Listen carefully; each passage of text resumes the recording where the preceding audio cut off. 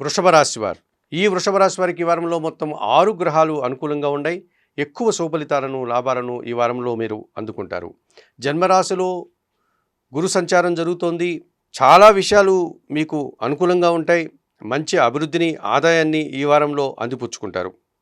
తృతీయ భావంలో ఉన్నటువంటి కుజ సంచారం వల్ల జన సహకారం బాగా ఉంటుంది. భూవాహన లాభాలు అందుకుంటారు.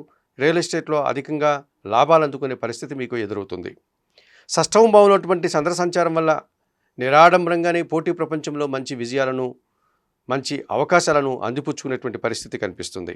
లాభభావంలో రాహు శుక్ర శనులు సంచారం చేయడం వల్ల విదేశీ వ్యవహారాలు బాగా ఉంటాయి. సృజన సహకారం బాగా ఉంటుంది. వ్యవసాయ రంగంలో అధిక ఉత్పత్తులు లాభాలు అందుకునే పరిస్థితి మీకు కనిపిస్తుంది. మరి వ్యయంలో ఉన్నటువంటి రవి సంచారం వల్ల అధికారులతో మనస్పర్ధలు కానీ అభిప్రాయ భేదాలు కానీ రావడానికి అవకాశం కనిపిస్తుంది.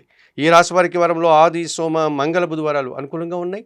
దానాలు ఇచ్చేటువంటి క్రమంలో ఈ వృషభ రాశి వారు 1 కేజీ గోధుమలు కానీ గోధుమ పిండి కానీ ఆదివారం రోజు మీ కుటుంబంలో పనిచేసే పని వారికి దానం చేయండి.